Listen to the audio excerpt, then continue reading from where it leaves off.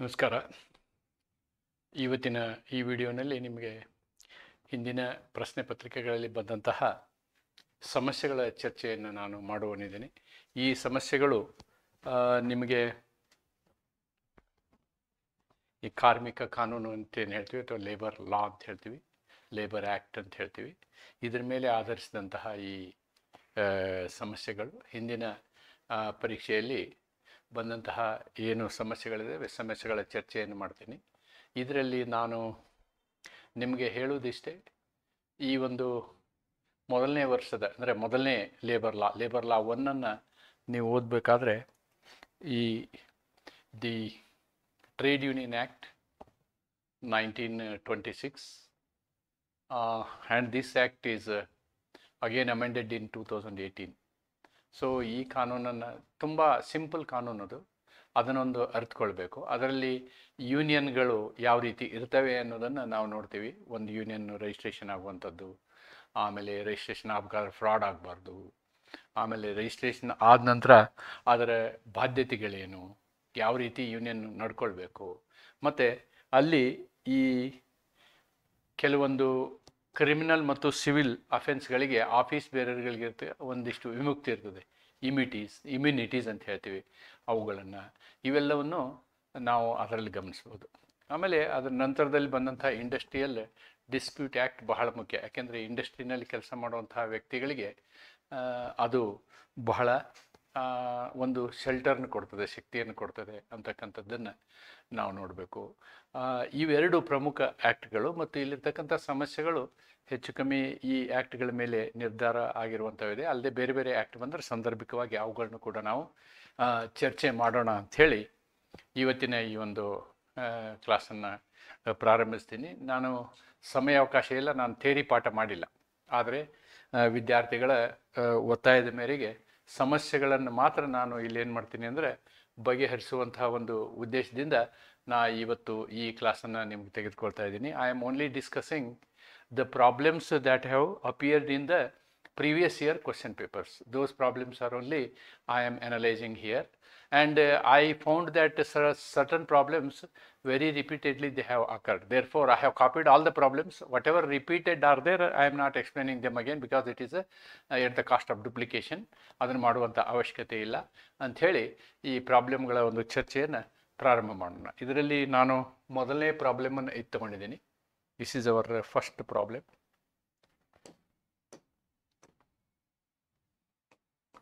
Related to industry.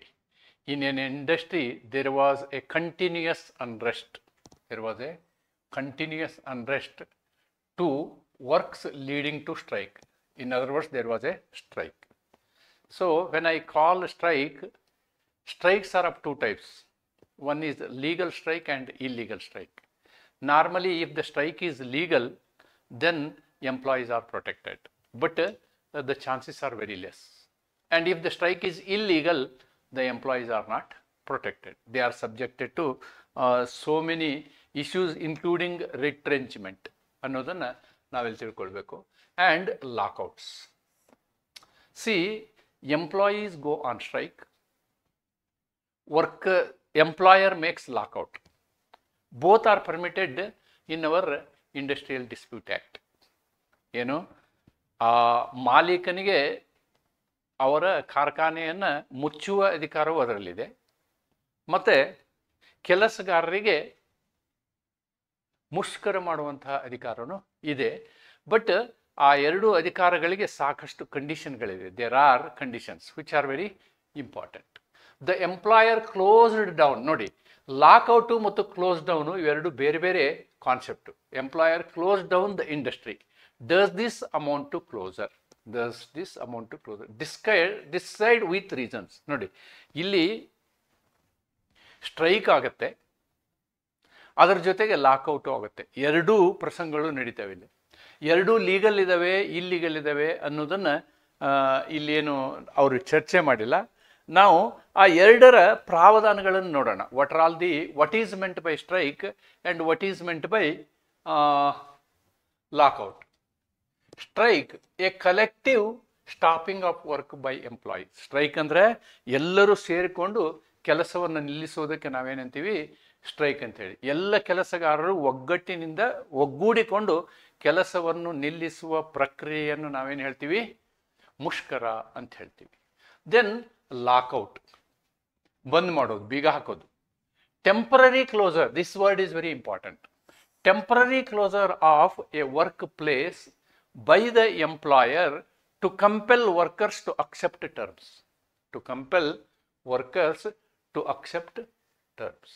ನೋಡಿ, ಅಂದರೆ ಮಾಲೀಕರು ಈ ಕೆಲಸಗಾರರ ಮೇಲೆ ಒತ್ತಡವನ್ನು ತರುವ ಉದ್ದೇಶದಿಂದ ಅವ್ರು ಏನು ಮಾಡ್ಬೋದು, ಲಾಕ್ಔಟನ್ನು ಮಾಡ್ಬೋದು. They can go in for A lockout, right? So here the closure means permanent setting down of the place of employment or part of it. So here closure is permanent shutdown, lockout is temporary shutdown, then strike is effected by workers. ಈ ಮೂರು ಕಾನ್ಸೆಪ್ಟಿನ ಅರ್ಥ ನಿಮಗೆ ಗೊತ್ತಿದ್ರೆ ಈ ಸಮಸ್ಯೆಯನ್ನು ಬಗೆಹರಿಸಬಹುದು. If you want to solve this problem, you must exactly know what is meant by strike, what is meant by lockout, and what is meant by closure. So the closure can be, I think it is 1948. The closure can be done only under this section 25 of the ID Act. Industrial dispute ಆ್ಯಕ್ಟಿನ section 25 FFA ನಲ್ಲಿ ಹೇಳಿರುವ ಪ್ರಕಾರ ಮಾತ್ರ ಒಂದು ಕಾರ್ಖಾನೆಯನ್ನು, ಒಂದು ಉದ್ಯಮವನ್ನು permanent ಆಗಿ, ಖಾಯಂ ಆಗಿ ಬಂದ್ ಮಾಡಲಿಕ್ಕೆ ಸಾಧ್ಯ. ಬರೀ ಸ್ಟ್ರೈಕ್ ಆಗುತ್ತೆ, ಲಾಕ್ಔಟ್ ಆಗುತ್ತೆ ಅನ್ನೋ ಎರಡೇ ರೀಸನ್ ಮೇಲೆ ಯಾವುದೇ ಕಾರ್ಖಾನೆಯನ್ನು ಬಂದ್ ಮಾಡೋಕ್ಕಾಗೋದಿಲ್ಲ. It cannot be closed. ಆದ್ದರಿಂದ ಪ್ರಾಬ್ಲಮನ್ನು ನೋಡಿ, ಒಂದು ಕೈಗಾರಿಕೆಯಲ್ಲಿ ನಿರಂತರ ಗಲಾಟೆಯಿಂದ ಮುಷ್ಕರ ಮತ್ತು ಬೀಗ ಮುದ್ರೆಗಳಿಗೆ ದಾರಿಯಾಗಿತ್ತು. ಸೊ ಹಾಗಿದ್ರೆ ಲಾಕ್ಔಟ್ಗೆ ನಾವೇನು ಹೇಳ್ತೀವಿ, ಬೀಗ ಮುದ್ರೆ ಅಂತ ಹೇಳ್ತೀವಿ. ಬೀಗ ಮುದ್ರೆ ಮತ್ತೆ ಸ್ಟ್ರೈಕಿಗೆ ಮುಷ್ಕರ ಅಂತ ಹೇಳ್ತೀವಿ.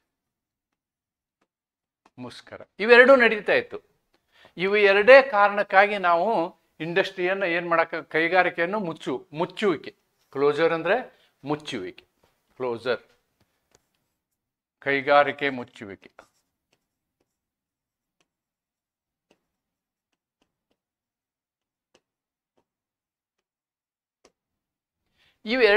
ಇವೆರಡೇ ಕಾರಣದಿಂದ ಕೈಗಾರಿಕೆಯನ್ನು ಮುಚ್ಚಬಹುದೇ ಅನ್ನೋದು ಪ್ರಶ್ನೆ ಇಲ್ಲಿ. ಮಾಲೀಕನು ಕೈಗಾರಿಕೆಯನ್ನು ಮುಚ್ಚಿದನು. ಇದು ಕೈಗಾರಿಕೆ ಮುಚ್ಚುವಿಕೆ ಎನಿಸಿಕೊಳ್ಳುತ್ತದೆಯೇ? ಕಾರಣಗಳೊಂದಿಗೆ ವಿವರಿಸಿ. ಆದ್ದರಿಂದ ಇದೆಲ್ಲನೂ ಬರಿಬೇಕು ನೀವು. ಮುಷ್ಕರ ಎಂದರೆ ಕೆಲಸಗಾರರು ಒಟ್ಟಾಗಿ ಕೆಲಸವನ್ನು ನಿಲ್ಲಿಸುವುದು. ಬೀಗ ಮುದ್ರೆ ಎಂದರೆ ತಾತ್ಕಾಲಿಕವಾಗಿ ಮಾಲೀಕನು ಕಾರ್ಖಾನೆಗೆ ಬೀಗ ಮುದ್ರೆ ಹಾಕುವುದು. ಕೈಗಾರಿಕೆ ಮುಚ್ಚುವಿಕೆ ಎಂದರೆ ಕಾಯಂ ಆಗಿ ಆ ಒಂದು ಉದ್ಯಮವನ್ನು ಬಂದ್ ಮಾಡುವುದು. ಈ ಬಂದ್ ಮಾಡುವ ಪ್ರಕ್ರಿಯೆಯು ಕಲಮು 25 FFA ನಲ್ಲಿದೆ. ಅಂದರೆ ಇಂಡಸ್ಟ್ರಿಯಲ್ ಡಿಸ್ಪ್ಯೂಟ್ ಆ್ಯಕ್ಟ್ನ ಕಲಮು 25 FFA ನಲ್ಲಿ ಒಂದು ಉದ್ಯಮವನ್ನು ಬಂದ್ ಮಾಡುವುದಕ್ಕೆ ಅವಕಾಶವಿದೆ ಕೆಲವೊಂದು ನಿರ್ಬಂಧಗಳೊಂದಿಗೆ. ಆ ನಿರ್ಬಂಧಗಳನ್ನು ನೀವು ಬರಿಬೇಕಾಗುತ್ತೆ ಇಲ್ಲಿ. ಆ ನಿರ್ಬಂಧಗಳನ್ನು ಏನೇನು ನಿರ್ಬಂಧಗಳು? Any employer intending to close an undertaking must give at least 60 days notice to the appropriate government. Unless he gives a notice to the government, he cannot close it. 60 ದಿವಸದ ಸಮಯದಕ್ಕಿಂತ ಮೊದಲು, ನೀವು 60 ದಿವಸದ ನಂತರ ನೀವು ಕ್ಲೋಸ್ ಮಾಡುವಂಥ ಉದ್ದೇಶ ಇತ್ತಂದರೆ 2 ತಿಂಗಳ ಮೊದಲೇ ನೀವೇನು ಮಾಡಬೇಕು, ಸರ್ಕಾರಕ್ಕೆ ಏನು ಮಾಡಬೇಕು, ನೋಟಿಸ್ ಕೊಡಬೇಕು. ಇಲ್ಲಿ ನೀವು ರಾಜ್ಯ ಸರ್ಕಾರಕ್ಕೆ ಸಂಬಂಧಪಟ್ಟಿದ್ದಿರ್ಬೋದು, ಕೇಂದ್ರ ಸರ್ಕಾರಕ್ಕೆ ಸಂಬಂಧಪಟ್ಟಿದ್ದಿರ್ಬೋದು. ಸಾಮಾನ್ಯ ಕೈಗಾರಿಕೆಗಳು ರಾಜ್ಯ ಸರ್ಕಾರಕ್ಕೆ ಸಂಬಂಧಪಟ್ಟಿರ್ತವೆ. ಆ ಸರ್ಕಾರಕ್ಕೆ ಏನು ಮಾಡಬೇಕು, ನೋಟಿಸ್ ಕೊಡಬೇಕು. If the industry employees more than 50 ವರ್ಕ್ಮೆನ್, ಆ ಒಂದು ಉದ್ಯಮದಲ್ಲಿ 50 ಜನಕ್ಕಿಂತ ಹೆಚ್ಚು ಕೆಲಸಗಾರರು ಇರಬೇಕು. ಇದ್ದಂತಹ ಸಂದರ್ಭದಲ್ಲಿ ಇದೇನಾಗುತ್ತೆ, ಆ ಒಂದು ಕೈಗಾರಿಕೆಯನ್ನು ಮುಚ್ಚುವ ಪ್ರಕ್ರಿಯೆಯನ್ನು ಅವ್ರು ಮಾಡುವುದಾದರೆ, ಹಾಗಿದ್ದರೆ ಈ ಕಾರಣಕ್ಕಾಗಿ ಮುಚ್ಚಲಿಕ್ಕೆ ಆಗೋದಿಲ್ಲ. ಈ ಕಾರಣ ನೋಡಿ, failure to give such notice makes the closure illegal. Therefore this is illegal. ಇವ್ರು ಏನು ಮಾಡಿರುವಂತಹ ಮುಚ್ಚುವಿಕೆ ಇದೆಯಲ್ಲ, ಈ ಮುಚ್ಚುವಿಕೆಯು ಕಾನೂನು ಬಾಹಿರವಾಗಿರುತ್ತದೆ. ಅದನ್ನು ಬರೀಬೇಕು ನೀವು ಈ section. This is third one.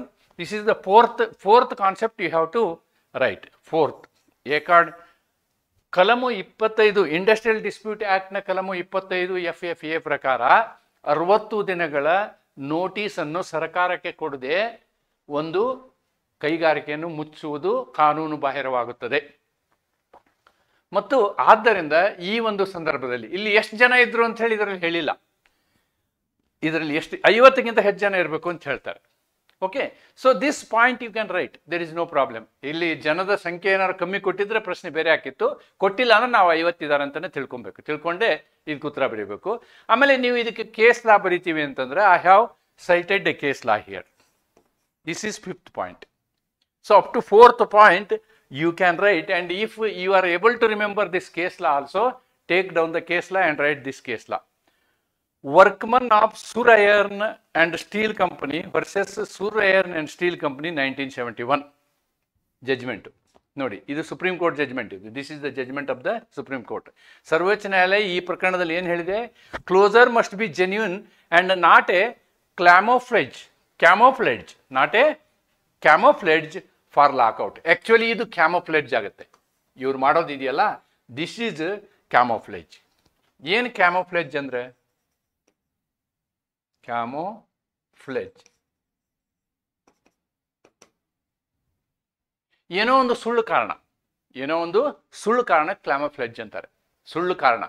ಈ camouflageಗೆ ಆಕ್ಚುಲಿ ಶಬ್ದ ಹೆಂಗೆ ಅಂತಂದ್ರೆ, ಈ ಸೋಲ್ಜರ್ಸು ಯುದ್ಧ ಮಾಡಬೇಕಾದ್ರೆ ಆ ಮೇಲೆ ಇದನ್ನು ಹೊತ್ಕೊಳ್ತಾರೆ, ಏನು ಅಥವಾ ಬಟ್ಟೆಗಳನ್ನ ಹೆಂಗೆ ಹಾಕ್ತಾರೆ, ಕಾಡಿನ ಥರದ ಬಟ್ಟೆ ಹಾಕ್ತಾರೆ ಅಥವಾ ಹುಲ್ಲನ್ನು ಮೈ ಮೇಲೆ ಹಾಕ್ಕೊಂತಾರೆ. So that is called camouflage actually. ಅಂದರೆ ಏನೋ ಒಂದು ನಾಟಕೀಯವಾಗಿ ನೀವು ಬಂದ್ ಮಾಡೋಕ್ಕಾಗಲ್ಲ, ಇದು ನಾಟಕೀಯವಾದಂತಹ ಕ್ಲೋಸರ್ ಆಗುತ್ತೆ. ಇದು ಈ ಬಂದ್ ಮಾಡುವಿಕೆ ಮುಚ್ಚುವಿಕೆ ಇದೆಯಲ್ಲ, ಇದು ಕ್ಯಾಮೋಫ್ಲೇಜ್ ಆಗುತ್ತೆ. ಅದಕ್ಕೆ ಅವಕಾಶ ಇಲ್ಲ ಅಂತ. Camouflage for lockout or victimisation. Okay, so the closure is used to avoid labor laws or victimize workers will be illegal. ನೋಡಿ, ಇಲ್ಲಿ ಇವರು ಮಾಲಕರು ಈ ಒಂದು ಕಾರ್ಖಾನೆಯನ್ನ ಏನು ಮಾಡ್ತಾ ಇದ್ದಾರೆ? ವಿಕ್ಟಿಮೈಸ್ ಮಾಡಲಿಕ್ಕೆ, ಅಂದರೆ ಈ ಲೇಬರ್ಗಳ ಮೇಲೆ ಅವರಿಗೆ ಏನು ಹೆಚ್ಚು ಪ್ರೆಷರ್ ತರಲಿಕ್ಕೆ, ಅವರಿಗೆ ಒಂದು ಶೋಷಣೆ ಮಾಡಲಿಕ್ಕೆ. ವಿಕ್ಟಿಮೈಸೇಷನ್ ಅಂದರೆ ಶೋಷಣೆ ಅಂತ ಹೇಳ್ಬೋದು. ಕಾರ್ಮಿಕರ ಶೋಷಣೆಯ ಉದ್ದೇಶದಿಂದ ಇಲ್ಲಿ ಕೈಗಾರಿಕೆಯನ್ನು ಮುಚ್ಚುವ ಉದ್ದೇಶವಿರುವುದರಿಂದ ಇದು ಕಾನೂನು ಬಾಹಿರವಾಗುತ್ತದೆ ಅಂಥೇಳಿ ನಿಮ್ಮ ಉತ್ತರವನ್ನು ಬರೀಬೋದು. This is all about this problem. ಈ ರೀತಿ ನೀವು ಅನಲೈಸಿಸ್ ಮಾಡ್ಬೋದು ಈ problem. That's what I have done the analysis here. And very important is section 25 FFA ಮುಚ್ಚುವಿಕೆ ವಿಷಯದಲ್ಲಿ. 25 FFA ಅಂತ ಮುಚ್ಚು, ಇವೆಲ್ಲವನ್ನು ID ಆ್ಯಕ್ಟಲ್ಲಿ ಬರೆದಿದ್ದಾರೆ. What is meant by strike, what is meant by lockout, what is meant by closure ಅನ್ನೋದು ನಿಖರವಾಗಿ industrial dispute ಆ್ಯಕ್ಟಲ್ಲಿ ಇದೆ ಅನ್ನೋದನ್ನು ನೀವು ಗಮನಿಸಬೇಕು. Will go to next problem. Again the problem is repeat problem. ಪರೀಕ್ಷೆಯಲ್ಲಿ ಮತ್ತೆ ಬಂದಿರೋದು same problem. N industry, now let us C. N industry, same understood. N industry was continuous unrest to works leading to strike and lockouts. The employer closed down the industry. Does it amount to closure? Decide with reasons. Same problem. Next, this is problem number 2. I am actually now in problem number 2. Now I'll read the problem. Mohan and Co. Limited directed its workmen not to report for work for 15 days due to water scarcity in the industry. Water scarcity in the industry. ನೆನಪಿಟ್ಕೊಳ್ಳಿ, ಈ ರೀತಿಯಾಗಿ ಮಾಡೋದಕ್ಕೆ ನಾವೇನಂತೀವಿ? Lay off ಅಂತೀವಿ. This is called lay off. Lay of is permitted, actually legally permitted. The workman claimed lay off compensation. Mohan and Co. refused to pay it. Mohan and co refuse to. ಆದರೆ ಇವನು ಕೆಲಸಕ್ಕೆ ಬರಬೇಡಿ ಅಂತ ಹೇಳ್ದ. ಆದರೆ ಏನು ಮಾಡ್ದ? ಲೇ ಆಫಲ್ಲಿ 50% ಸಂಬಳ ಕೊಡಬೇಕಾಗತ್ತೆ. ಲೇ ಆಫಲ್ಲಿ 50% ವೇಜಸ್ ಕೊಡಬೇಕಾಗತ್ತೆ. ನೋಡಿ, ಮೋಹನ್ ಮತ್ತು ಕಂಪನಿ ಲಿಮಿಟೆಡ್ ಮಾಲೀಕರು ಅವರ ಕಾರ್ಖಾನೆಯಲ್ಲಿ ನೀರಿನ ಅಭಾವವಿರುವ ಕಾರಣ 15 ದಿನಗಳ ಕಾಲ ಕಾರ್ಮಿಕರಿಗೆ ಕೆಲಸಕ್ಕೆ ಬಾರದಂತೆ ನಿರ್ದೇಶನ ನೀಡಿತು. ಕಾರ್ಮಿಕರು ತಾತ್ಕಾಲಿಕ ಸೇವಾ ವಜ ನಷ್ಟ ಪರಿಹಾರ ಕೇಳಿದರು. ಮೋಹನ್ ಮತ್ತು ಕಂಪನಿ ಪರಿಹಾರ ನೀಡಲು ನಿರಾಕರಿಸಿದರು. Okay, this is the issue. Now I have actually explained you what is meant by layoff. What is meant by layoff and when it is done. Layoff ಅಂದ್ರೆ ಏನು, ಅದನ್ನು ಯಾವಾಗ ಮಾಡ್ತಾರೆ? Layoff means inability of the employer to provide employment to a workman. ಅಂದರೆ ಮಾಲೀಕನಿಗೆ ಏನಾಗುತ್ತೆ ಅಂತಂದ್ರೆ ಕೆಲಸ ಕೊಡೋದಕ್ಕೆ ಸಾಧ್ಯವಾಗೋದಿಲ್ಲ ನಿಜ ಕಾರಣಗಳಿಂದ. ನಿಜವಾದ ಕಾರಣ ಎಂಥ ಕಾರಣ? whose name is on the muster roll. Due to ಅಂದರೆ ಮಸ್ಟರ್ ರೋಲಲ್ಲಿ ಅವ್ರ ಹೆಸರು ಬೇಕು. ಬದ್ಲಿ ವರ್ಕರ್ಸ್ಗೆ ಇದು ಅನ್ವಯ ಆಗೋದಿಲ್ಲ. ಬದ್ಲಿ ವರ್ಕರು ಮಸ್ಟರ್ ರೋಲಲ್ಲಿ ಇರಲ್ಲ, ಕಾಯಂ ವರ್ಕರ್ ಮಾತ್ರ ಮಸ್ಟರ್ ರೋಲಲ್ಲಿ ಇರ್ತಾರೆ. ಓಕೆ, ಮಸ್ಟರ್ ರೋಲ್ ಅಂದ್ರೆ ಏನು ಗೊತ್ತಿರ್ಬೇಕು ನಿಮಗೆ, ಅದನ್ನು ನಾನಿಲ್ಲಿ ಹೆಚ್ಚು ಸಮಯ ತಗೊಳ್ಳೋದಿಲ್ಲ. ಡ್ಯೂ ಟು ರೀಸನ್ಸ್ ಲೈಕ್ ನೋಡಿ, ಶಾರ್ಟೇಜ್ ಆಫ್ ಕೋಲ್, power, Ra materials et cetera as per section 2KKK of ID act. ನೋಡಿ, ಲೇ ಆಫ್ ಅನ್ನೋದನ್ನು ಇದರಲ್ಲಿ ಡೆಫಿನೇಷನ್ ಕ್ಲಾಸಲ್ಲಿ ನಾವು ಡಿಫೈನ್ ಮಾಡಿದ್ದೀವಿ. ಇಂಡಸ್ಟ್ರಿಯಲ್ ಆ್ಯಕ್ಟ್ನ ಡೆಫಿನೇಷನ್ ಕ್ಲಾಸಲ್ಲಿ ನಾನು 1948 ಅಂತ ಹೇಳಿದ್ನಲ್ಲೋ, ಅದು 47. ದಯವಿಟ್ಟು ಕರೆಕ್ಷನ್ ಮಾಡ್ಕೊಳ್ಳಿ. Industrial dispute act 1947. 2KK ನಾವೇನು ಮಾಡಿದ್ದೀವಿ, ಲೇ ಆಫ್ ಅಂದರೆ ಏನು ಅಂತ ಹೇಳಿದ್ವಿ. ಇಂಥ ಸಂದರ್ಭಗಳಲ್ಲಿ, ಜೆನ್ಯೂನ್ ಪ್ರಸಂಗಗಳಲ್ಲಿ ಅವನಿಗೆ ಪ್ರೊಡಕ್ಷನ್ನೇ ಮಾಡೋಕ್ಕೆ ಬೇರೆ ಇನ್ಫ್ರಾ ಇಲ್ಲ ಅಂದ್ರೆ ಅವನು ಏನು ಮಾಡ್ತಾನೆ? ಪಾಪ ಸುಮ್ಮನೆ ಲೇಬರ್ಗೆ ಚಾರ್ಜ್ ಕೊಡೋಕ್ಕಾಗಲ್ಲ. ಅಂಥ ಸಂದರ್ಭದಲ್ಲಿ ಅವನು ಲೇ ಆಫ್ ಮಾಡ್ತಾನೆ. Okay, a lay off workman. ನೋಡಿ, a lay off workman point number 1. ಇದು ಈ ಕ್ಲಾಸ್ ಬರೀ. ಪಾಯಿಂಟ್ ನಂಬರ್ 2 ಏನಿದೆ, a lay off workman not a badli or casual labour. Not a badli worker or casual labour. ಈ badli worker ಅಂದ್ರೆ ಏನು ಅಂತಂದ್ರೆ, ಹೊಸದಾಗಿ ಯಾರ ಬಂದರೆ ಅವ್ರಿಗೇನು ಮಾಡ್ತಾರೆ, ದಿನ ಬಂದು ಅಲ್ಲಿ ಕೇಳಿ ಹೋಗ್ಬೇಕು. ಅವರು ಯಾರೋ ರೆಗ್ಯುಲರ್ ಎಂಪ್ಲಾಯಿ ಬರಲಿಲ್ಲ ಅಂದ್ರೆ ಅವ್ನು ಒಳಗೆ ಬಿಡ್ತಾರೆ, ಅವ್ನು ಬದ್ಲಿ ವರ್ಕರ್ ಅಂತಾರೆ. ಅವನು ಬದ್ಲಿ ವರ್ಕರು ಮಸ್ಟರ್ ರೋಲಲ್ಲಿ ಬರೋ ತನಕ ಬದ್ಲಿ ವರ್ಕರೇ. ಅದಕ್ಕೆ ಬೇರೆ ಕಾರಣಗಳಿದ್ದಾವೆ, ಅದರ ರೂಲ್ಸ್ ಬೇರೆ ಇದೆ. Badli worker is entitled to 50% of the basic wages. ನೋಡಿ, ಅವನಿಗೆ ಅರ್ಧದಷ್ಟು ವೇಜಿಸ್ ಕೊಡಬೇಕು, 50% of wages and dearness allowance for all days of lay off. For all days of lay off except weekly holidays as per section 25C of the act. ನೋಡಿ, section 25C ಪ್ರಕಾರ ಏನು ದುಡ್ಡು ಕೊಡಬೇಕು ಅನ್ನೋದನ್ನು ಇಲ್ಲಿ ಹೇಳಿದ್ದಾರೆ. ಯಾವಾಗ ಲೇ ಆಫ್ ಮಾಡಿದಾಗ ಆ ಅಮೌಂಟನ್ನು ಕೊಡಬೇಕಾಗ್ತದೆ. ಇಲ್ಲಿ it is a lay off. So if he refuses to pay the amount, it is an illegal act. ಆದ್ದರಿಂದ ನಾವೇನು ಬರಿಬೋದು, point number 1, point number 2. So as per section 25C of ID Act 1947, the refusal of the owner is illegal. Refusal of owner is illegal. ವೇತನವನ್ನು ಕೊಡುವುದಿಲ್ಲ ಎನ್ನುವ ಮಾಲೀಕನ ನಿರ್ಧಾರವು industrial dispute act 1947ನ ಕಲಮು 25Cಯ ಪ್ರಕಾರ ಕಾನೂನು ಬಾಹಿರವಾಗಿದೆ.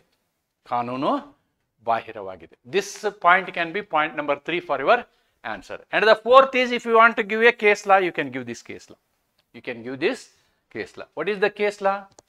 Case law is Ashok Leyland versus State of Tamil Nadu 2004. Layoff must be bona fide and failure to take permission under section 25M makes layoff illegal. ನೋಡಿ, ಇವನ್ನು ನೀವು ಲೇ ಆಫ್ ಮಾಡಬೇಕಂದ್ರೂ ಸುಮ್ಮನೆ ಮಾಡೋಕ್ಕಾಗೋದಿಲ್ಲ. You have to take permission. It should be genuine. ಅದಕ್ಕೆ ನೀವು ಸುಮ್ಮನೆ lay off ಮಾಡೋಕ್ಕಾಗಲ್ಲ ಅಂದಾಗ ನಾವೇನು ಮಾಡ್ಬೋದು, ಲೇ ಆಫ್ ಮಾಡಿದ ಮೇಲೆ ನೀವು ಸಂಬಳ ಕೊಡೋದಿಲ್ಲ ಅನ್ನೋದು ಇನ್ನೂ ತಪ್ಪು.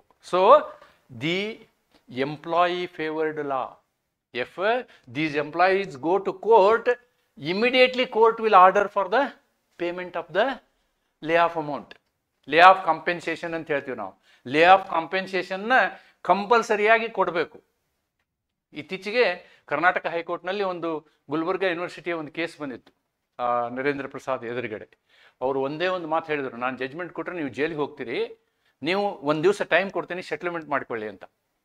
ಎಂಪ್ಲಾಯಿ ವಿಷಯದಲ್ಲಿ ಅವರು ಏನು ಆರ್ಗ್ಯುಮೆಂಟ್ ಮಾಡಿದ್ರು ಕೇಳಲಿಲ್ಲ, ನಿಮ್ಗೆ ಒಂದು ದಿವಸ ಟೈಮ್ ಕೊಡ್ತೀನಿ, ಸೆಟ್ಲ್ಮೆಂಟ್ ಮಾಡ್ಕೊಂಡ್ರೆ ಒಳ್ಳೆಯದು, otherwise I will impose hefty fine on you ಅಂತ ಎಂಪ್ಲಾಯಿ ಪ್ರಕರಣದಲ್ಲಿ. ಅದನ್ನು ಸುಮ್ಮನೆ ನೆನಪಿಗೆ ಬಂತು ಹೇಳ್ತಾ ಇದ್ದೀನಿ. ಹಾಗಾಗಿ ಇಲ್ಲಿ ಈ ಒಂದು ಪ್ರಾಬ್ಲಮನ್ನು ನೀವು ಈ ರೀತಿ ಬಿಡಿಸ್ಬೋದು. ಏನು ಲೇ ಆಫ್ ಅಂದರೆ ಏನು ಬರೀಬೇಕು, ಲೇ ಆಫ್ ಏನು ವೇಮೆಂಟ್ ಕೊಡ್ತೀವಿ ಅನ್ನೋದನ್ನು ಬರೀಬೇಕು, ಈ ಪ್ರಕರಣದಲ್ಲಿ ಲೇ ಆಫ್ ಇರೋದ್ರಿಂದ ಅವ್ರು ರೆಫ್ಯೂಸ್ ಮಾಡೋಕ್ಕಾಗೋದಿಲ್ಲ ಅನ್ನೋದನ್ನು ಬರೀಬೇಕು, ಸಾಧ್ಯವಾದ ಕೇಸ್ ಲಾ ಬರೀಬೇಕು. That is what these sections are very important. ನೋಡಿ, section S2KK, S2KK, small K ಇವು. So this talks about definition, ಇದರ ವ್ಯಾಖ್ಯಾನ, ಲೇ ಆಫ್ದ ವ್ಯಾಖ್ಯಾನ ಮತ್ತು ಲೇ ಆಫ್ನಲ್ಲಿ ಕೊಡಬೇಕಂತ ಸಂಭಾವನೆ ಮತ್ತು ಇದು ಕೊಡಬೇಕಾಗಿರೋದ್ರಿಂದ ದಿಸ್ ಪ್ರಾಬ್ಲಮ್. ಇದು ಪ್ರಾಬ್ಲಮ್ ನನಗನ್ಸಿದ ಮಟ್ಟಿಗೆ ಸಾಕಷ್ಟೆಲ್ಲ ರಿಪೀಟ್ ಆಗಿ. ನೋಡಿ, GMR ಇಲ್ಲಿ ಯಾವ ಕಂಪ್ನಿ, ಇಲ್ಲಿ ಮೋಹನ್ ಆ್ಯಂಡ್ ಕಂಪ್ನಿ, ಇಲ್ಲಿ GMR Co. workman after reporting to duties without the permission of the employer leave the place of working and attend the funeral ceremony of ex-employee. ಇದನ್ನು ನಾನು ಬೇರೆ ಕಡೆ ಸಾಲ್ವ್ ಮಾಡಿದ್ದೀನಿ, don't worry about this problem. Employer treats this act as illegal. ನಾವು let us see, ಇದೇ ಥರದ problem ಇನ್ನೊಂದಿದೆ. Kumar and co directed the workman not to report. Yes, ನೋಡಿ ಇಲ್ಲಿ ನಿಮ್ಗೇನಿದೆ, ಮೋಹನ್ ಆ್ಯಂಡ್ ಕೋ, ಇಲ್ಲೇ ಹೆಸರು ಚೇಂಜ್ ಮಾಡಿಕೊಟ್ಟಾರೆ, Kumar and co, not to report 15 days water scarcity in the industry, same problem. Then R and co employer reporting for duties without permission, the employer left the place of working and attended the funeral of ex-employee. ಇದನ್ನು ನಾನು solve ಮಾಡಿದ್ದೀನಿ, right. ಈ problem ಎಲ್ಲಿ ಹೋಯಿತು, ಒಂದು ನಿಮಿಷ, I will solve this problem. GMR and Co, Mohan and Co. Okay, I will come back to that problem again. Ex-employee, yes. This is another problem related to standing orders. Standing orders act ಅಂತ ಒಂದಿದೆ, ಅದನ್ನು ನೀವು ಓದಬೇಕಾಗತ್ತೆ. Standing order ಆ್ಯಕ್ಟನ್ನು ನೀವು ಓದ್ಬೇಕು. ಅಂದರೆ standing order act, standing order ಅಂದರೆ ಏನು ಅಂದರೆ, ಇಂಡಸ್ಟ್ರಿಯ ಓನರೇ ಒಂದು ಆರ್ಡರ್ಸ್ ರೆಡಿ ಮಾಡ್ತಾನೆ, ಅದಕ್ಕೆ ಸ್ಟ್ಯಾಂಡಿಂಗ್ ಆರ್ಡರ್ಸ್ ಅಂತಾರೆ.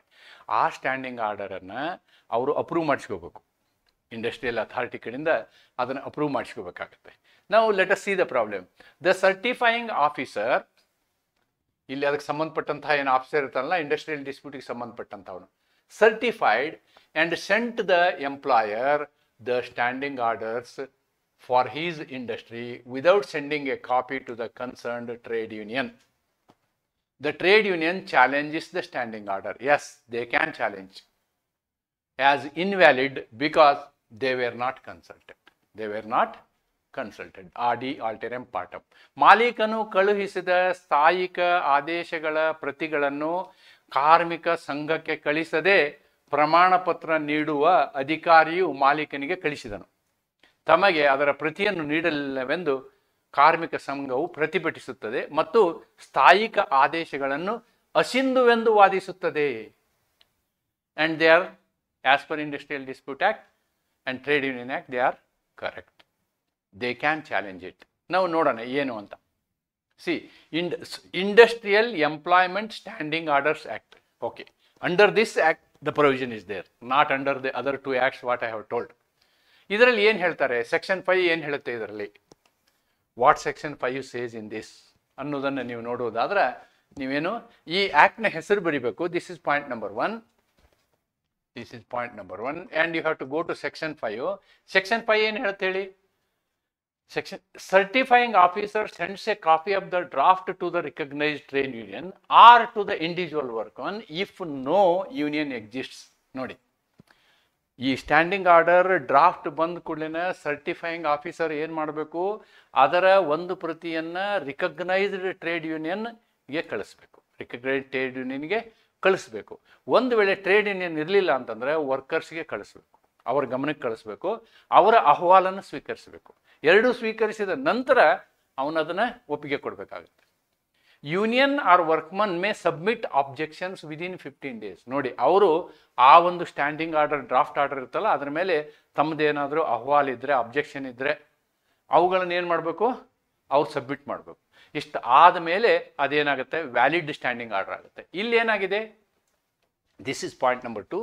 ನಾವು point number 3, as per section 5 of industrial employees standing order act 1946, standing order act 1946, it is compulsory or it is mandatory to circulate to trade union and get their objections ಅವರ ಅಬ್ಜೆಕ್ಷನ್ಗಳನ್ನ ಇಲ್ಲಿ ಪಡಿಬೇಕಾಗಿತ್ತು. The certifying officer, section point number 4, certifying officer failed to do this. Hence, trade union can challenge it.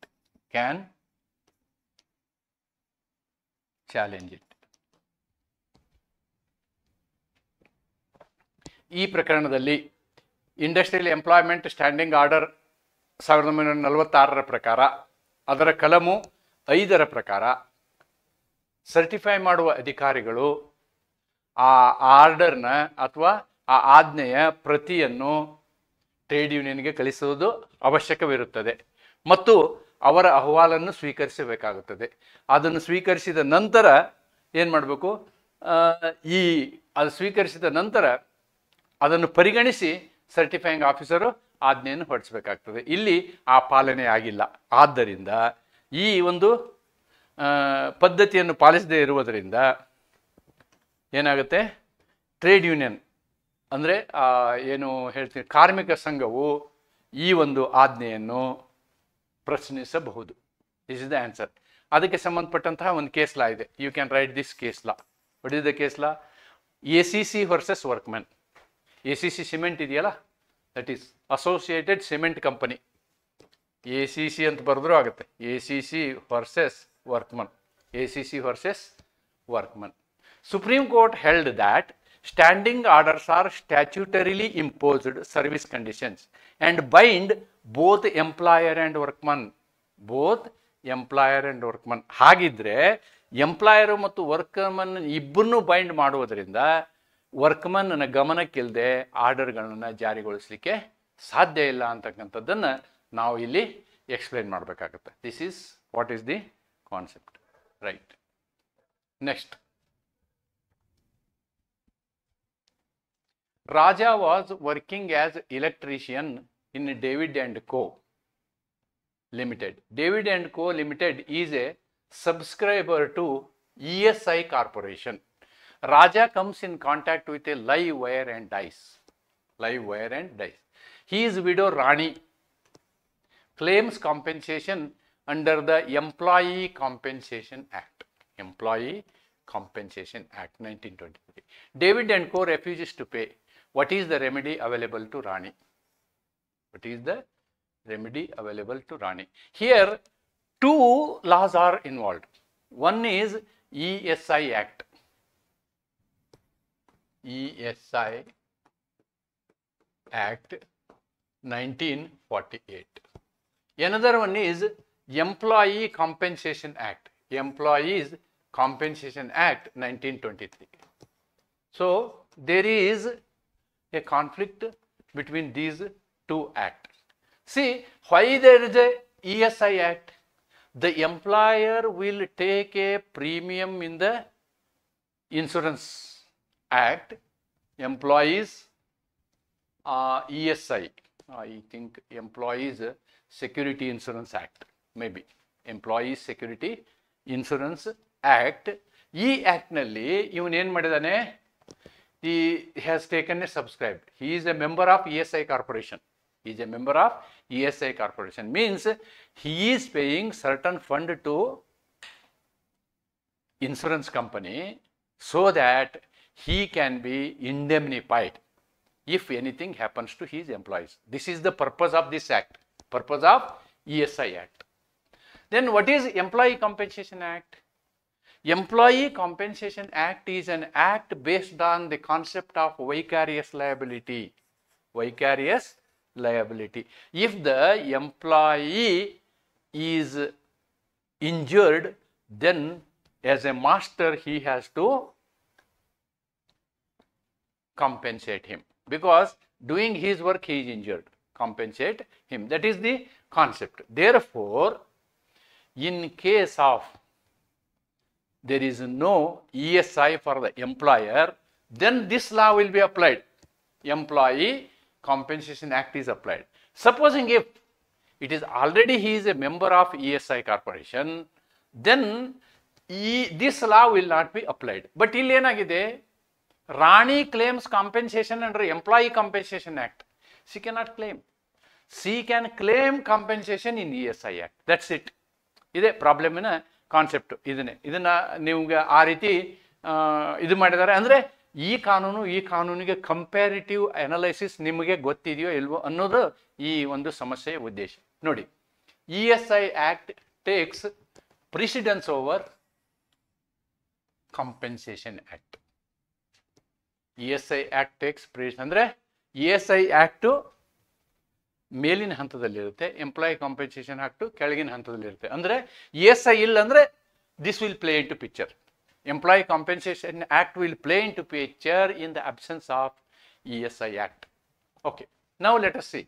As per section 53 of the ESI Act, this is your point number 1. When an employee is covered under ESI and entitled to benefits under this act, they cannot claim compensation under Compensation Act. This point, if you write, the problem answer is over. The answer is over. If the employer defaults, ನೋಡಿ ಇಲ್ಲಿ ಒಂದು problem ಆಗುತ್ತೆ. This I have done A hypothesis here. ಈ ಮೇಲಿಂದ ನಾನು ಕನ್ನಡದಲ್ಲಿ ಹೇಳ್ಬಿಡ್ತೀನಿ. ಕಲಮು 53ರ ಪ್ರಕಾರ, ಯಾವುದು ESI ಕಾಯ್ದೆಯ ಕಲಮು 53ರ ಪ್ರಕಾರ ಒಬ್ಬ ಮಾಲೀಕನು ESIನ ಸದಸ್ಯನಾಗಿದ್ದರೆ ಅಲ್ಲಿ ಎಂಪ್ಲಾಯಿ ಕಾಂಪೆನ್ಸೇಷನ್ ಆಕ್ಟ್ನ ಕಲಮುಗಳು ಅನ್ವಯವಾಗುವುದಿಲ್ಲ ಅನ್ನೋದನ್ನು ನಾವು ಮೊದಲು ತಿಳ್ಕೋಬೇಕು. ಆದರೆ ಏನಾಗಿರುತ್ತೆ, ಇವ ಎಂಪ್ಲಾಯರ್ ಸಬ್ಸ್ಕ್ರಿಪ್ಷನ್ನೇ ಪೇ ಮಾಡಿರೋದಿಲ್ಲ. ಅಲ್ಲಿ ಒಮ್ಮೆ ರಿಜಿಸ್ಟ್ರೇಷನ್ ಮಾಡಿರ್ತಾನೆ, every year he has to pay some amount. ಅವನು ಇದು ಪ್ರೀಮಿಯಂ ಕೊಡಬೇಕಾಗತ್ತೆ. ಪ್ರೀಮಿಯಂ ಕೊಟ್ಟಿಲ್ಲ ಅಂತಂದರೆ ESI ಜವಾಬ್ದಾರಿ ತಗೊಳ್ಳೋದಿಲ್ಲ. That is what is the meaning. If the employer defaulted with ESI contributions, ಅಂದರೆ ಮಾಲೀಕನು ESIಗೆ ವರ್ಷಕ್ಕೆ ಸಲ್ಲಿಸುವಂತಹ ಪ್ರೀಮಿಯಮನ್ನು ಕೊಡದೆ ಹೋದರೆ ಅಥವಾ ಅವನಿಗೇನು ಸಬ್ಸ್ಕ್ರಿಪ್ಷನ್ ಕೊಡದೆ ಹೋದರೆ, then only remedy can be sought under employees compensation act, because ESI coverage was denied due to employers fault. Employer ಬರೀ ಮೆಂಬರ್ ಆಗೋದಲ್ಲ, ಅವನ ಮೆಂಬರ್ಶಿಪ್ಪು ಜೀವಂತ ಇರಬೇಕು. ಮೆಂಬರ್ಶಿಪ್ ಜೀವಂತ ಇರಬೇಕಂದ್ರೆ ಪ್ರತಿ ವರ್ಷ ಅವ್ನು ಎಷ್ಟು ಹಣ ಬೇಕೋ ಅಷ್ಟು ಹಣ ಕಟ್ಟಿರಬೇಕು. ಕಟ್ಟಿಲ್ಲ ಅಂದರೆ ಏನು ಮಾಡೋಕ್ಕಾಗಲ್ಲ. ಇವಾಗ ಪ್ರಾಬ್ಲಮನ್ನು ಮತ್ತೊಂದು ಸಲ ಓದ್ತೀನಿ. ರಾಜ ಎಂಬವನು ಡೇವಿಡ್ ಮತ್ತು ಕಂಪನಿ ಅಲ್ಲಿ ಎಲೆಕ್ಟ್ರಿಷಿಯನ್ ಆಗಿ ಕೆಲಸ ಮಾಡುತ್ತಿದ್ದನು. ಡೇವಿಡ್ ಮತ್ತು ಕಂಪನಿ ಉದ್ಯೋಗಿಗಳ ರಾಜ್ಯ ವಿಮಾ ಕಾರ್ಪೊರೇಷನ್ನಲ್ಲಿ ಭಾಗಿಯಾಗಿದೆ. So he is a regular subscriber there. ಆತನ ಹೆಂಡತಿ ರಾಣಿ ಉದ್ಯೋಗಿಗಳ ನಷ್ಟ ಪರಿಹಾರ ಅಧಿನಿಯಮ ಅಡಿಯಲ್ಲಿ ನಷ್ಟ ಪರಿಹಾರ ಕೇಳುತ್ತಾಳೆ. ಡೇವಿಡ್ ಮತ್ತು ಕಂಪ್ನಿ ನಷ್ಟ ಪರಿಹಾರ ಕೊಡಲು ನಿರಾಕರಿಸುತ್ತಾರೆ ರಾಣಿಗೆ. Yes, David and company need not give, they will ask go to ESI ಅಂತ ಹೇಳ್ತಾರೆ. ಆದ್ದರಿಂದ ನಾವೇನು ಬರಿಬೋದು, ಇದು ಈ ಎರಡು ಪಾಯಿಂಟನ್ನು ಬರೆದು third point we can write like this. The third point is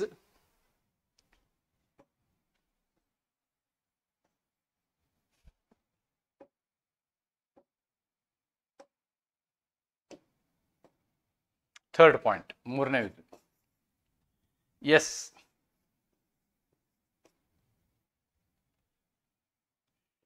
David and co have immunity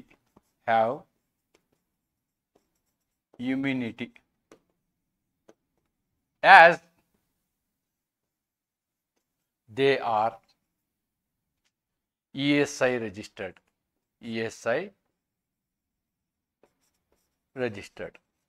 Okay, this is your point number 3. Point number 4, Rani may approach ESI for compensation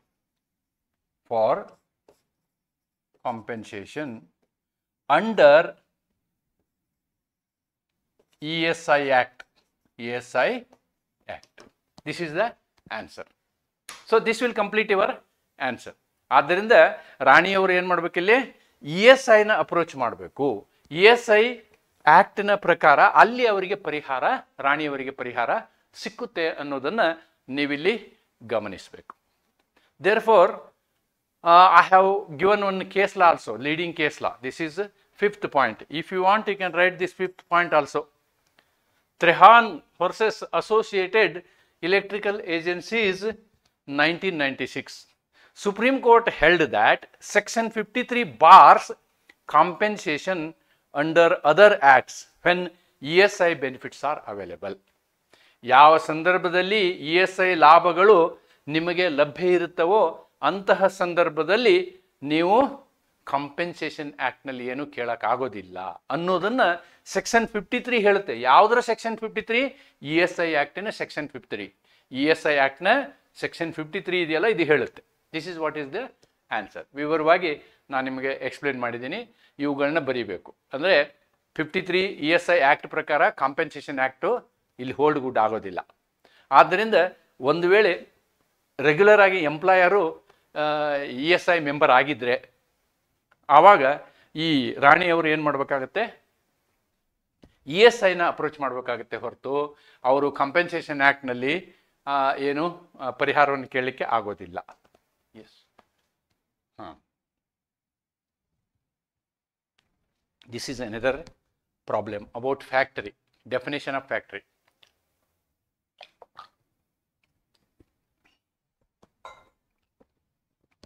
problem ನೋಡಿ. Nitish and company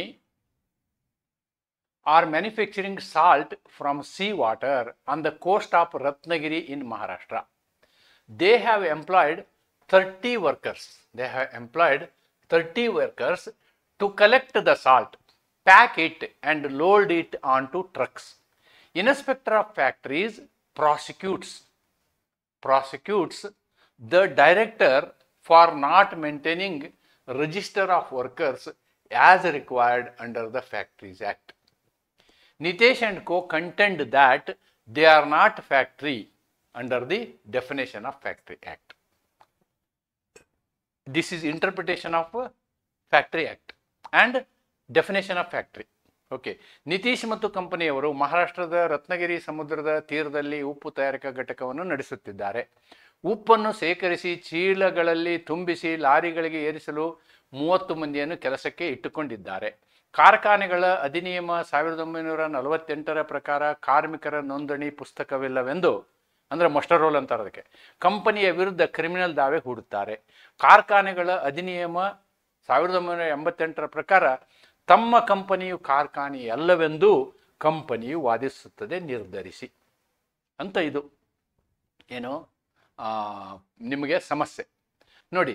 ಈಗ ಕಾರ್ಖಾನೆ ಅಂದ್ರೇನು ಅನ್ನೋದನ್ನು ನಾವು ಅರ್ಥ ಮಾಡಿಕೊಂಡ್ರೆ ಈ ಸಮಸ್ಯೆನ ಬಗೆಹರಿಸ್ಬೋದು. Okay, it comes under the factories act. Now you see what is the first one. What is meant by factory? Section 2MI defines a unit as a factory where 20 or more workers are employed and manufacturing process is carried without aid of power. ನೋಡಿ, with aid of power ಒಂದಿದೆ, without aid of power ಒಂದಿದೆ. ಎರಡು definition ಇದಾವಲ್ಲಿ.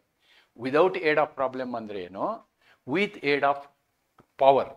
ಪೋಟಿ not problem ಅಲ್ಲ, power ಅಂದರೆ ನೀವು power supply ಕೊಟ್ಟು industry ಮಾಡ್ತಾ ಇದ್ದೀರೋ, ಪವರ್ ಸಪ್ಲೈ ಇಲ್ಲದೆ ಇಂಡಸ್ಟ್ರಿ ಮಾಡ್ತಾ ಇದ್ದೀರೋ. ಇಲ್ಲಿ 2 ಇದೆ ಅಲ್ವಾ, 1ನಲ್ಲಿ ವಿತ್ ಪವರ್ ಸಪ್ಲೈ ಬರ್ತದೆ. 2M1 is with power supply. ನಾನೀಗ 2M2 ಮಾತ್ರ ಇಲ್ಲಿ ತಗೊಂಡಿದ್ದೀನಿ.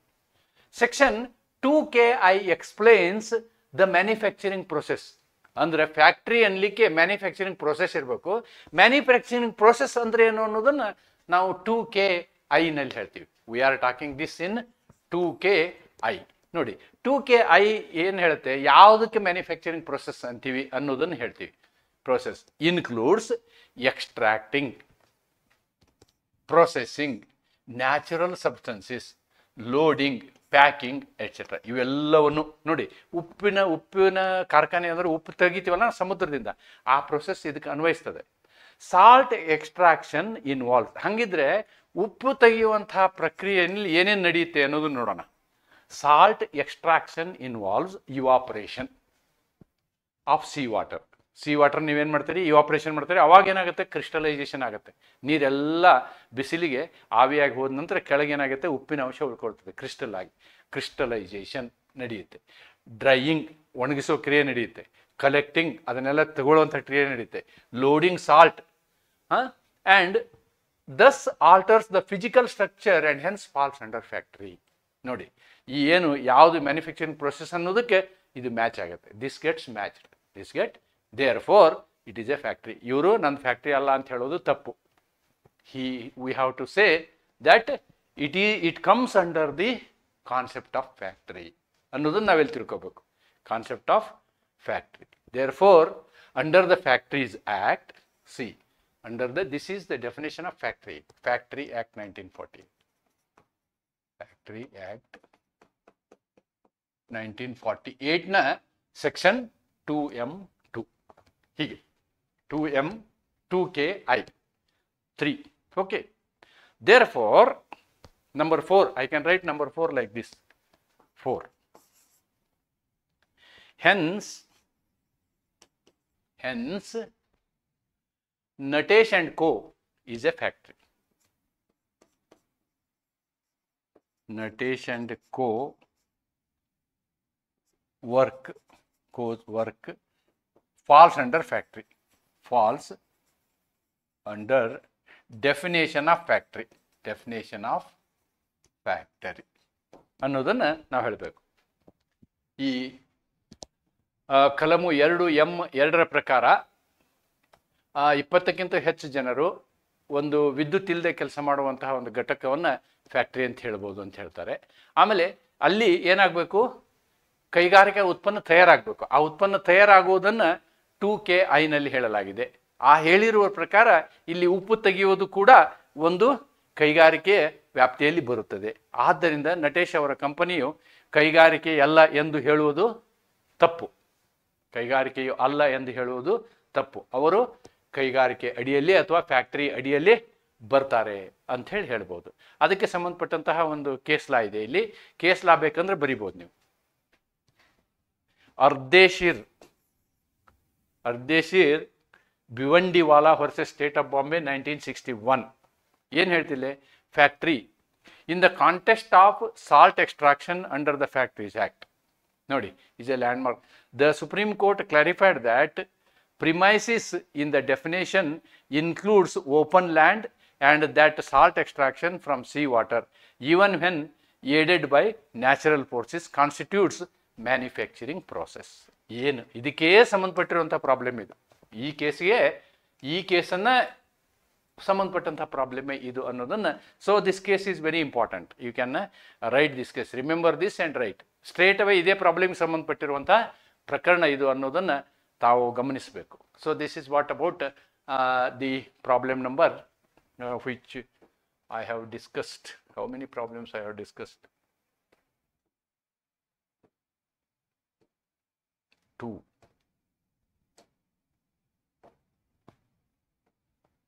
3.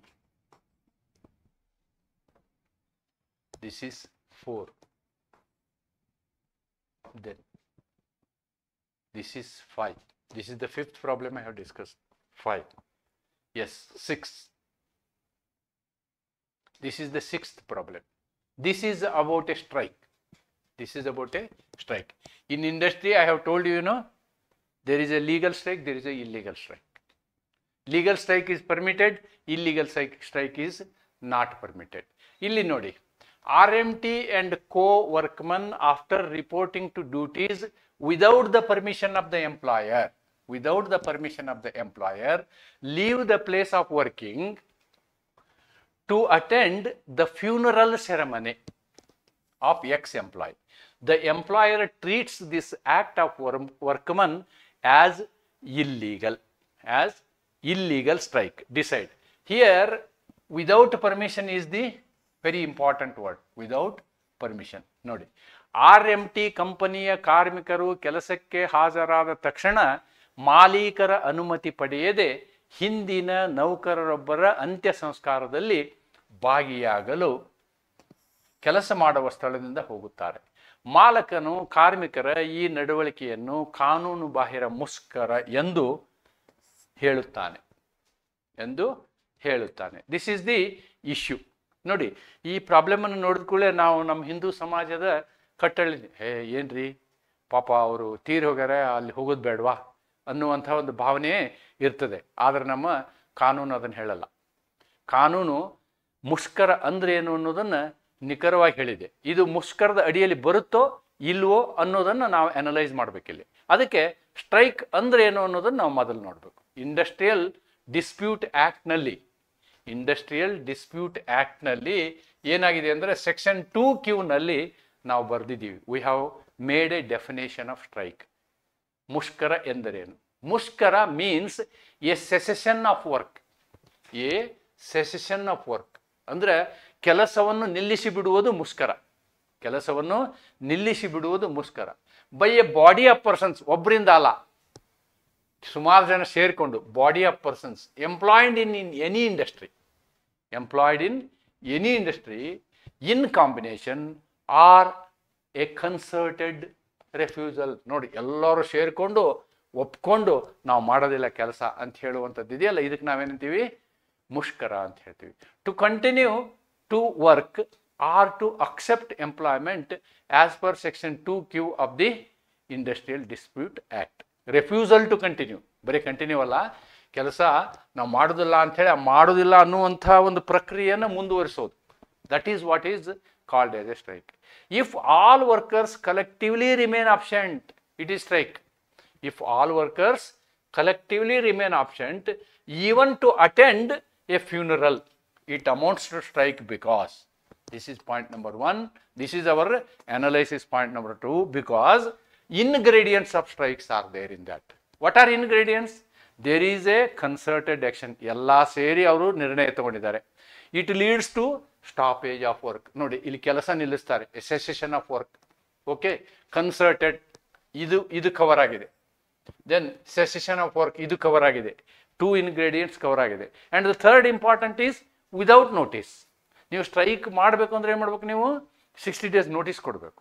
You have to give a notice. 15 days ಕಿಂತ ಮೊದಲು ಏನಿರಬೇಕು? ಮೊದಲೇ ನೀವು ಇನ್ಫಾರ್ಮೇಷನ್ ಮಾಡಿರಬೇಕು. ಆ ರೀತಿ ನೋಟಿಸ್ ಕೊಟ್ಟಿಲ್ಲ ಇಲ್ಲಿ. ಅಂದರೆ ಓನರ್ಗೆ, ಮಾಲೀಕನಿಗೆ ನೀವು ಈ ರೀತಿ ಕೆಲಸ ನಿಲ್ಲಿಸಿಬಿಟ್ಟು ಹೋಗೋದು ಅದು ಮಾಲೀಕನಿಗೆ ಗಮನಕ್ಕಿಲ್ಲ. ಆದ್ದರಿಂದ it amounts to strike. Other things are not there. There is no provision. ಇಲ್ಲ ಫ್ಯೂನರಲ್ ಇದ್ರೆ ನೀವು ಬಿಟ್ಟು ಹೋಗ್ಬೋದು ಅಂತ provision ಇಲ್ಲ. So court will look at the law. What is the legal provision ಅನ್ನೋದನ್ನು ಕೋರ್ಟ್ ನೋಡುತ್ತೆ. ಆದ್ದರಿಂದ number 3, therefore it amounts to strike. It amounts to strike. ಇದು ಒಂದು ಮುಷ್ಕರವೆಂದು ಪರಿಗಣಿಸಬಹುದಾದಂತಹ ಕ್ರಮ. ನೋಡಿ, ಇಲ್ಲೊಂದು ಕೇಸ್ ಇದೆ, ಕ್ರಾಂಪ್ಟನ್ಸ್ ಕಂಪ್ನಿದು. ಕ್ರಾಂಪ್ಟನ್ ಫ್ಯಾನ್ಗೆ ಏನೆಲ್ಲ ಬರ್ತಿತ್ತಲ್ವಾ? Crompton Greaves limited versus their workmen. Absence from work without notice and without permission. ನೋಡಿ, this is the important word. Without notice and without permission. Same things are available here. Without permission, right? When done in concert by many workers, ಎಲ್ಲ ಸೇರಿಕೊಂಡು, many workers, was held to amount to a strike, even if the intention was not to disrupt production. ಉದ್ದೇಶ ಅವ್ರದ್ದು ಬೇರೆ ಇದ್ರೂ ಕೂಡ ಇಲ್ಲಿ ಅವ್ರ ಉದ್ದೇಶ ಪ್ರೊಡಕ್ಷನ್ ಡಿಸ್ಟರ್ಬ್ ಮಾಡ್ಬೇಕಂತ ಇರಲಿಲ್ಲ. ಇಲ್ಲಿ ಅವ್ರ ಉದ್ದೇಶ ಫ್ಯೂನರಲ್ ಇದೆಯಲ್ಲ, ಮಾನವೀಯತೆಯ ದೃಷ್ಟಿಯಿಂದ ಹೋದ್ರು ಅವರು. ಹೋದಾಗ್ಯೂ ಕೂಡ ನಿಮ್ಮ ಉದ್ದೇಶ ಸ್ಟ್ರೈಕ್ ಮಾಡ್ಬೇಕಂತ ಇರ್ಬೇಕಂತೇನಿಲ್ಲ. ಸ್ಟ್ರೈಕ್ ಮಾಡುವಂಥ ಉದ್ದೇಶ ಬೇರೆ. ಸ್ಟ್ರೈಕ್ ಮಾಡುವಂಥ ಉದ್ದೇಶ ಏನು? ಮಾಲಕನಿಗೆ ಪ್ರೊಡಕ್ಷನ್ ಸ್ಟಾಪ್ ಆಗಬೇಕು, ಅದು ಸ್ಟ್ರೈಕ್ ಮಾಡುವಂತಹ ಉದ್ದೇಶ. ಇಲ್ಲಿ ಆ ಉದ್ದೇಶ ಇಲ್ಲಂದ್ರೂ ಕೂಡ ನೀವೆಲ್ಲರೂ ಸೇರ್ಕೊಂಡು ಯಾವುದೇ ಉದ್ದೇಶಕ್ಕೆ ಮಾಡಿರಿ ನೀವು ಅದನ್ನು ಸ್ಟ್ರೈಕ್ ಅಂತ ಹೇಳಿ ಪರಿಗಣಿಸ್ತೀವಿ ಅನ್ನೋದನ್ನು ಈ ಪ್ರಕರಣದಲ್ಲಿ ಹೇಳಲಾಗಿದೆ. This is point number 4. So this is what in this way we have to answer this problem. Okay, ಇದೇ ಕೇಸನ್ನ ನಾನು ಹಿಂದೆ Ajay, a workman who is laid off by his employer at Mysore. Okay, this is another problem. I will discuss this problem now.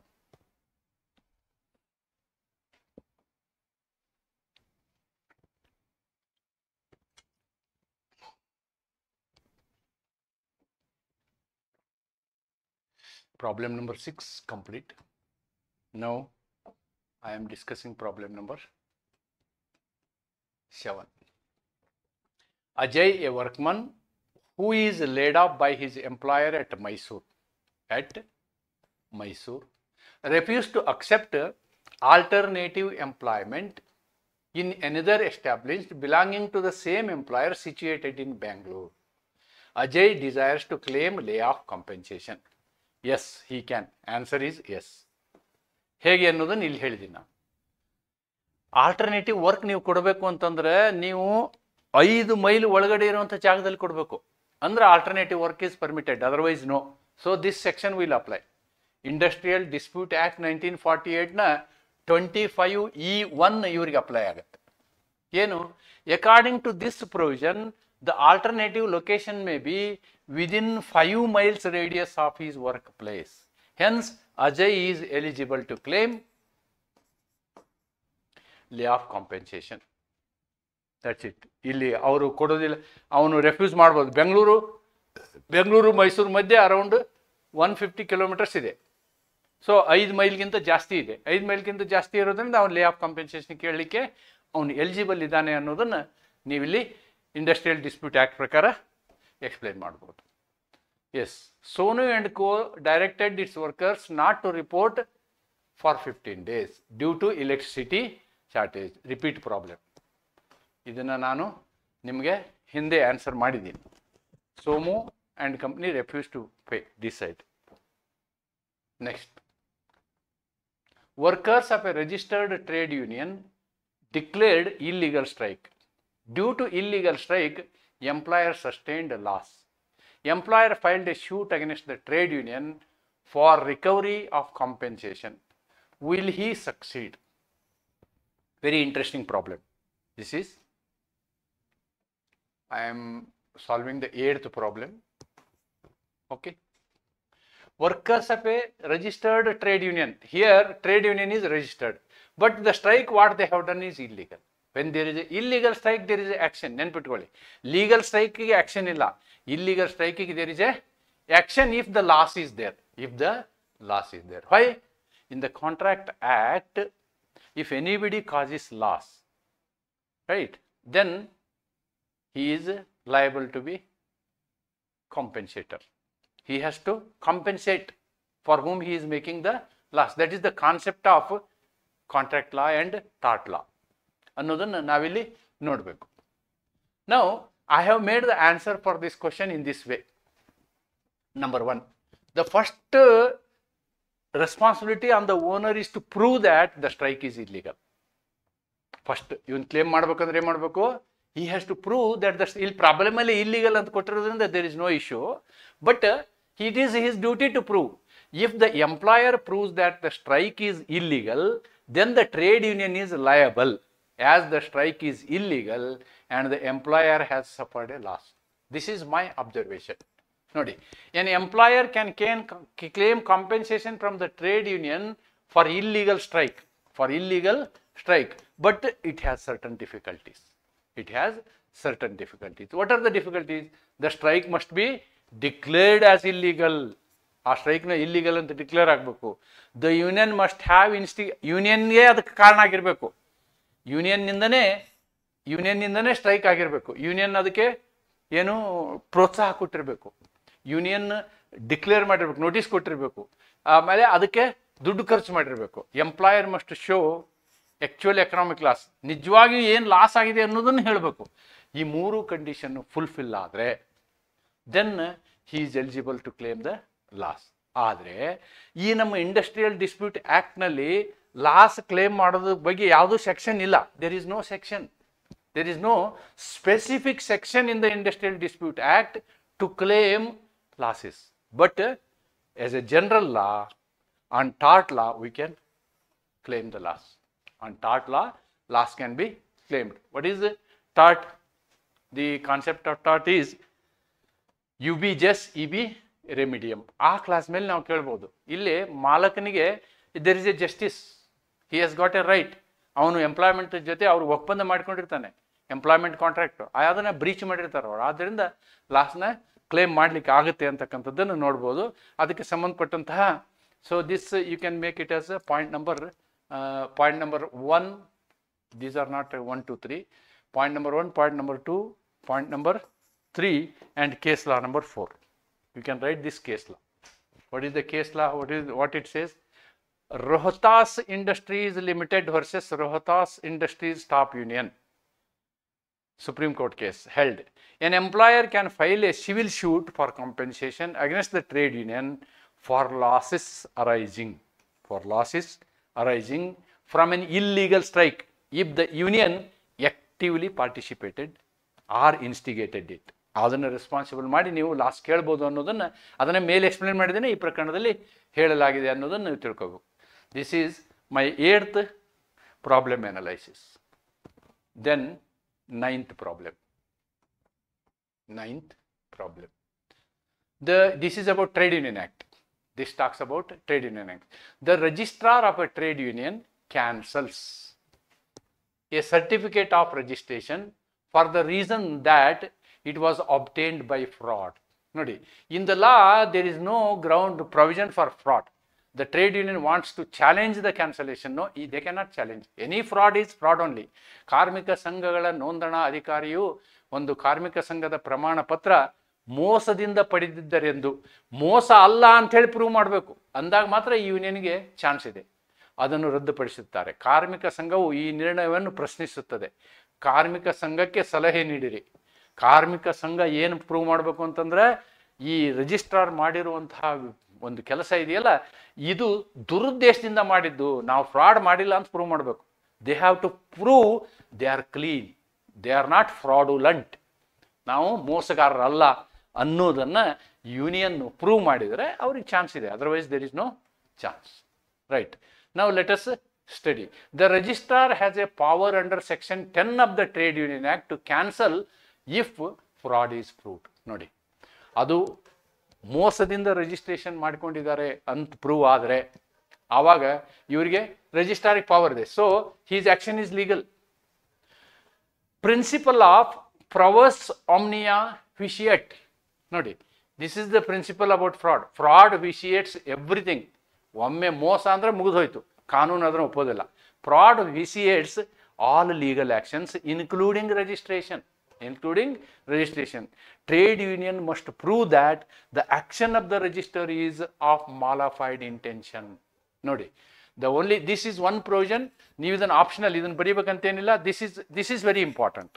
ಇಲ್ಲಿ trade union ಏನು prove ಮಾಡಬೇಕು ಅಂತಂದರೆ, ಇಲ್ಲ ನಾವು ಮೋಸ ಮಾಡಿಲ್ಲ, ರಿಜಿಸ್ಟ್ರಾರು ದುರುದ್ದೇಶದಿಂದ ನಮ್ಮ ಮೇಲೆ ಹೀಗೆ ಮಾಡಿದ್ದಾರೆ ಅಂತ ಪ್ರೂವ್ ಮಾಡಿದರೆ ಮಾತ್ರ ಅವರಿಗೆ ಏನಿದೆ ರಿಲೀಫ್ ಇದೆ. ಇಲ್ಲಾಂದರೆ ರಿಲೀಫ್ ಸಾಧ್ಯನೇ ಇಲ್ಲ ಅವರಿಗೆ. ಅದಕ್ಕೆ ಸಂಬಂಧಪಟ್ಟಂತೆ ಒಂದು ಕೇಸ್ ಲಾನು ಇದೆ. I have mentioned A case law. This is point number 3. What is the case law? Let us see the case law.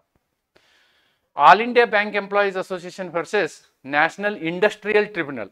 National Industry Tribunal ಮೇಲೆ ಕೇಸ್ ಹಾಕಿರ್ತಾರೆ ಇವರು. Not about fraud per se, but lays down that the trade unions must act in good faith and furtherance of legitimate trade disputes. ನೋಡಿ, ನ್ಯಾಯಯುತವಾದಂತಹ ಏನು ವ್ಯಾಪಾರಿ ವ್ಯಾಜ್ಯಗಳನ್ನು ಪರ್ಸಿಯೇಷನ್ ಮಾಡೋದಕ್ಕೆ ಯೂನಿಯನ್ಗಳಿರಬೇಕೆ ಹೊರತು ಮೋಸ ಮಾಡೋದಕ್ಕಲ್ಲ. Courts recognise that a registered trade union has a special privileges. ಇವ್ರಿಗೆ trade ಯೂನಿಯನ್ನಲ್ಲಿ ಕೆಲವೊಂದು ವಿಮುಕ್ತಿ ಇದೆ ಅವರು ಸ್ಟ್ರೈಕ್ ಮಾಡುವ ವಿಷಯದಲ್ಲಿ.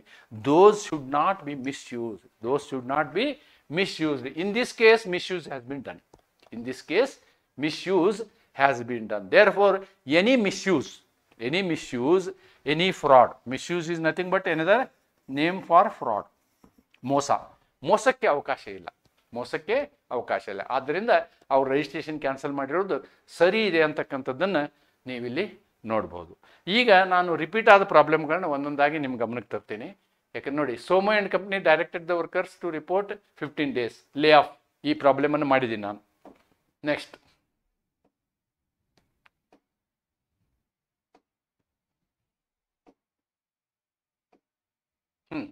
R and Co. workman reporting for duties without taking permission from the employment and left the place of working to ex-employee. This is also a repeat problem. Ex-employee ಫ್ರೆಂಡ್ರಲ್ಲಿ ಹೋಗಿದ್ದು ಈ ಪ್ರಾಬ್ಲಮನ್ನು ಮಾಡಿದ್ದೀನಿ. Next, Kumar and Co. directed the workman not to report for 15 days. This is lay off problem, repeat problem. ಇದನ್ನು ಮಾಡಿದ್ದೀನಿ. GMR Co. X-employee 3 ಸಲ ಬಂದಿದೆ. ಇದು repeat problem. Right, second one, first one. This is in an industry a continuous unrest of workers leading to a strike and lockout. ಇದ್ರ ಬಗ್ಗೆನೂ ಮಾಡಿದ್ದೀನಿ ನಾನು. So closer, ಇದನ್ನು ಕ್ಲೋಸರ್ ಅಂತ ಹೇಳೋಕ್ಕಾಗಲ್ಲ. This problem also have delt. So ಎಲ್ಲ ಪ್ರಾಬ್ಲಮ್ಗಳ print ತೆಗೆದಿದ್ದೀನಿ. ಆ repeat ಆಗಿರೋ ನಾನು ಮತ್ತೊಂದು ಸಲ ಎಕ್ಸ್ಪ್ಲೈನ್ ಮಾಡಿಲ್ಲ. So those things you can just see. I think I have done around 8 to 9 solutions and covered all the problems. Yes, 9 problems I have done. 9 ಸಮಸ್ಯೆಗಳನ್ನು ನಿಮ್ಗೆ ವಿವರವಾಗಿ ಬಿಡಿಸಿದ್ದೀನಿ. 9 ಅಲ್ಲದೆ 4-5 ಪ್ರಾಬ್ಲಮ್ಗಳನ್ನ ರಿಪೀಟ್ ಆಗಿರುವುದನ್ನು ನೀವು ನೋಡ್ತೀರಿ. ಇವನ್ನೆಲ್ಲವನ್ನು ಗಮನಿಸಿ ಈ ಲೇಬರ್ ಲಾ 1 ನೀವು ಪ್ರಾಬ್ಲಮ್ಗಳನ್ನ ಎಫಿಷಿಯೆಂಟಾಗಿ ಬಿಡಿಸ್ಬೋದು ಅಂತಕ್ಕಂಥದ್ದನ್ನು ಹೇಳ್ತಾ, ಕನ್ನಡದಲ್ಲಿ ನಾನು ಅವುಗಳನ್ನ ಭಾಷಾಂತರ ಮಾಡಲಿಕ್ಕೆ ನನಗೆ ಸಮಯದ ಅಭಾವದಿಂದ ಸಾಧ್ಯ ಆಗಿಲ್ಲ. ಆದರೆ ನನ್ನ ಎಲ್ಲ ವಿವರಣೆಯನ್ನು ಕನ್ನಡದಲ್ಲೇ ನಿಮಗೆ ಕೊಟ್ಟಿದ್ದೀನಿ. ಆದ್ದರಿಂದ ನಿಮಗೆ ಆ ರೀತಿಯಾದಂಥ ಏನೂ ಸಮಸ್ಯೆ ಆಗಲಿಕ್ಕಿಲ್ಲ. ಈ ಸಮಸ್ಯೆಗಳನ್ನ ಬಿಡಿಸುವಾಗ ಆ ಕನ್ಸರ್ನ್ಡ್ ಸೆಕ್ಷನ್ಗಳನ್ನು ನೆನ್ಪಿಟ್ಕೊಳ್ಳೋದು, ಕಾನೂನನ್ನು ನೆನ್ಪಿಟ್ಕೊಳ್ಳೋದು ಬಹಳ ಮುಖ್ಯ. ಇಡೀ ಸಮಸ್ಯೆಗಳನ್ನು ನಾವು ನೋಡಿದಾಗ ಇಲ್ಲಿ ಸ್ಟ್ಯಾಂಡಿಂಗ್ ಆರ್ಡರ್ ಆ್ಯಕ್ಟ್ 1 ಬಿಟ್ಟರೆ ಉಳಿದ ಎಲ್ಲ ಸಮಸ್ಯೆಗಳು ಇಂಡಸ್ಟ್ರಿಯಲ್ ಡಿಸ್ಪ್ಯೂಟ್ ಆ್ಯಕ್ಟು ಮತ್ತು ಟ್ರೇಡ್ ಯೂನಿಯನ್ ಆ್ಯಕ್ಟ್ ಮೇಲೆ ಇದ್ದಾವೆ. ಆದ್ದರಿಂದ ನಾನು ಮೆನ್ಷನ್ ಮಾಡಿದಂತಹ ಎಲ್ಲ ಸೆಕ್ಷನ್ಗಳನ್ನು ನೆನ್ಪಿಟ್ಕೊಂಡ್ರೆ ಇದೇ ಥರನಾದಂತಹ ಪ್ರಾಬ್ಲಮ್ಗಳು ಬರುವಂತಹ ಎಲ್ಲ ಸಾಧ್ಯತೆಗಳು ಇರುವುದರಿಂದ ನೀವು ಇವುಗಳನ್ನ ಸ್ವಲ್ಪ ಗಮನವಿಟ್ಟು ನೋಡಿದರೆ ಈಸಿಯಾಗಿ ಈ ಸಮಸ್ಯೆಗಳನ್ನ ಬಿಡಿಸ್ಬೋದು ಅನ್ನುವಂತಹ ಒಂದು ಆಶೆಯನ್ನು ಇಟ್ಕೊಂಡು ನಿಮ್ಮ ಒತ್ತಾಯದ ಮೇರೆಗೆ ನಾನು 2-3 ದಿನದಲ್ಲಿ ಈ ಒಂದು ಸಮಸ್ಯೆಗಳನ್ನ ಬಗೆಹರಿಸುವ ಪ್ರಯತ್ನವನ್ನು ಮಾಡಿದ್ದೀನಿ.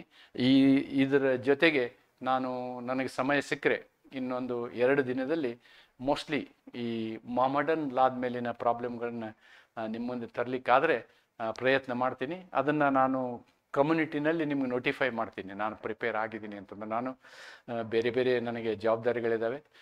ಎಷ್ಟರ ಮಟ್ಟಿಗೆ ನನಗೆ ಸಮಯ ಸಿಗುತ್ತೆ ಅಂತ ಹೇಳಿ ಗೊತ್ತಿಲ್ಲ. ಸಮಯ ಸಿಕ್ಕರೆ ಖಂಡಿತ ನಾನು ಆ ಪ್ರಾಬ್ಲಮ್ಗಳನ್ನು ಮಾಡೋ ಪ್ರಯತ್ನವನ್ನು ಮಾಡ್ತೀನಿ ಅನ್ನುವಂಥ ಒಂದು ಉತ್ತರವನ್ನು ನಿಮಗೆ ಕೊಡ್ತಾ ಅಥವಾ ಭರವಸೆಯನ್ನು ನಿಮಗೆ ಕೊಡ್ತಾ ಇವತ್ತಿನ ಈ ಒಂದು ಸಮಸ್ಯೆಯ ಒಂದು ವಿಡಿಯೋನ ಮುಗಿಸ್ತೀನಿ. ಮತ್ತು ಅತ್ಯುತ್ತಮವಾದಂತಹ ನೀವು ನಿಮ್ಮ ಕಮೆಂಟ್ಗಳನ್ನು ನನಗೆ ಕಾನ್ಸ್ಟಿಟ್ಯೂಷನ್ 1 ಮತ್ತು ಕಾನ್ಸ್ಟಿಟ್ಯೂಷನ್ 2 ಪೇಪರ್ ಬರೆದಂತಹ ವಿದ್ಯಾರ್ಥಿಗಳು ನನ್ನ ಹತ್ರ ಫೋನ್ ಮುಖಾಂತರ, SMS ಮುಖಾಂತರ, ವಾಟ್ಸಪ್ ಮುಖಾಂತರ ಮತ್ತು ನಮ್ಮ ಯೂಟ್ಯೂಬ್ಗಳಲ್ಲೂ ಕಮೆಂಟ್ಗಳನ್ನು ಮಾಡಿದಿರಿ. ನಿಮ್ಮೆಲ್ಲ ಕಮೆಂಟ್ಗಳಿಗೂ ಕೃತಜ್ಞತೆಗಳನ್ನು ಹೇಳ್ತಾ ನಿಮ್ಮ ಎಲ್ಲ ಪರೀಕ್ಷೆಗಳಲ್ಲಿಯೂ ನಿಮಗೆ ಯಶಸ್ಸು ಸಿಗಲಿ. ಕನ್ನಡ ಮಾಧ್ಯಮದ ವಿದ್ಯಾರ್ಥಿಗಳು ಕಾನೂನು ಪರಿಣತರು ಆಗುವುದು ನನ್ನ ಆಸೆ ಅನ್ನುವುದನ್ನು ಹೇಳ್ತಾ ಈ ಒಂದು ವಿಡಿಯೋನಲ್ಲಿ ಮುಗಿಸ್ತೀನಿ. ನಮಸ್ಕಾರ.